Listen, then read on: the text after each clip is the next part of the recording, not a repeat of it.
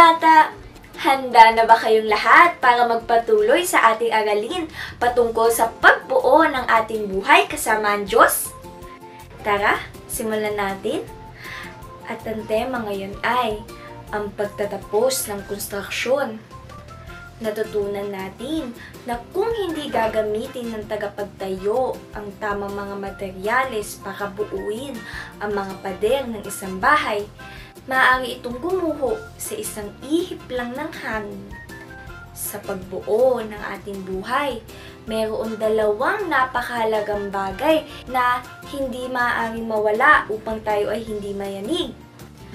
Ang mga prinsipyo at pagpapahalaga. Kung hindi mo alam kung ano ito, maaari mong panoorin ang mga nakaraang klase dito sa CBC Philippines Facebook page at matututunan mo ito ng mas malinaw. Pagkatapos na mabuo ang mga pader, ang mga tagapagtayo ay gumagamit ng isa pang materyales para sa pagtatapos, para maging makinis ang mga dingding at pagkatapos ay maaari na itong pinturahan. Ngayon, meron bang huling pag-aayos o final touch sa pagbuo ng ating buhay kasama ang Diyos? Sa tingin mo, ano ito? Ang pagtatapos na ito sa ating pagtatayo ay tinutulungan tayo na matutunan at isabuhay ang mga prinsipyo at pagpapahalagang natutunan natin. Ito ay tinatawag na takot sa Diyos. Alam mo ba kung ano ang takot na ito? Ang pagkatakot sa Diyos ay isang malalim na paggalang at pagsunod sa Diyos. Hindi para matakot sa Kanya, kundi para makasiguro na nakikita ng Diyos ang lahat at nalalaman niya na siya ay karapat-dapat sa pinakamagandang handog na may ibibigay natin sa ating buhay.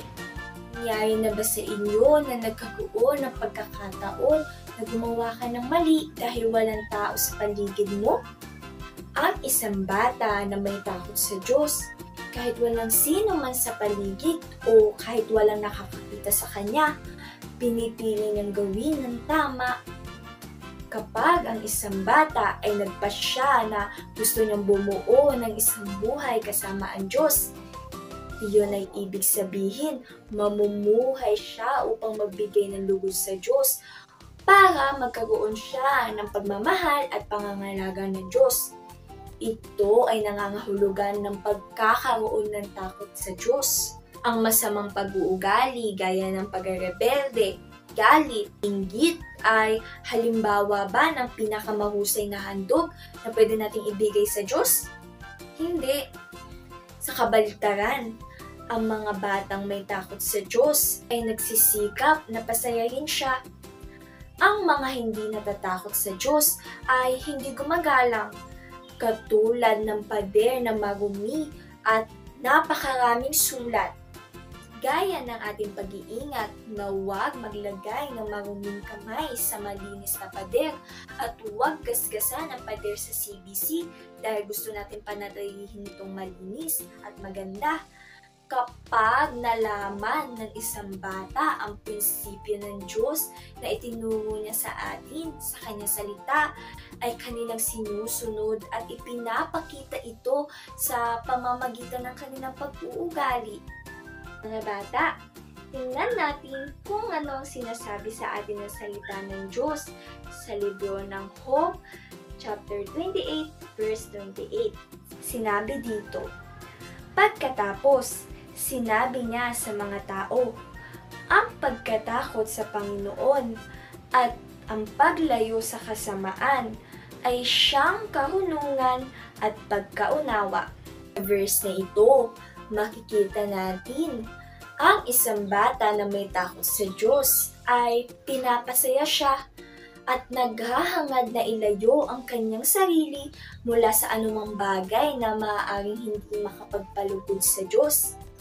Kung kailangan niyang mawala ng kaibigan dahil nagsasabi ito ng masamang salita, gagawin niya. Kung kailangan niyang tumanggi sa regalo kapalit sa paggawa ng mali, mas gusto niyang mawalan Gayunpaman, ang talikuran, ang isang pagkakaibigan o ang isang regalo para lang pasayahin ng Diyos ay kinakailangan ng pagkatakot sa Diyos. Ngayon ay manalangin tayo para tulungan tayo ng Diyos na magkaroon ng takot at mapasaya natin siya. Tara! Mga bata, maaari ninyong ipikit ang inyong mga mata at sabayan ako sa ating panalangin. Panginoong Hesus, maraming salamat po dahil ibinigay ninyo ang mensahe na to para sa amin. Hinihiling po namin na ang iyong banal na Espiritu ay pumasok sa amin upang tulungan kami na magkaroon ng takot sa iyo.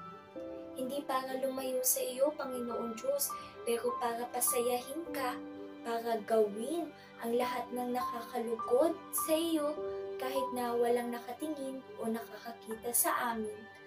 Panginoon Diyos, ito ay makakatulong sa amin para gawin namin ang mga prinsipyo at pagpapahalaga na aming natutunan sa mga nakaraang linggo. Panginoon Diyos, hayaan mo na ito ay tumatak sa amin at maisabuhay namin ang lahat ng ito. Ito ang aking panalangin sa pangalan ni Kristo Jesus. Amen.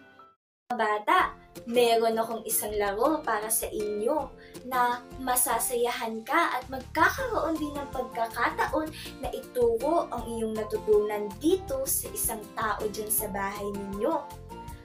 Paano kung maglaro tayo ng hopscotch first? Kailangan mong humingi ng tulong sa isang tao para isulat ito sa iyo. Ang verse o talata ng linggo, isang salita o passage sa bawat piraso ng papel. Gamitin ang mga papel na may nakasulat na verse. I-set up ito sa isang hopscotch game sa sahig ayon sa pagkakasunod-sunod ng verse. Pagkatapos ay tatayo ka lang sa harap ng hopscotch at ang unang bata na nakapila na may hawak ng isang bagay ay maglalaro sa isang parisukat na hindi siya tatalon.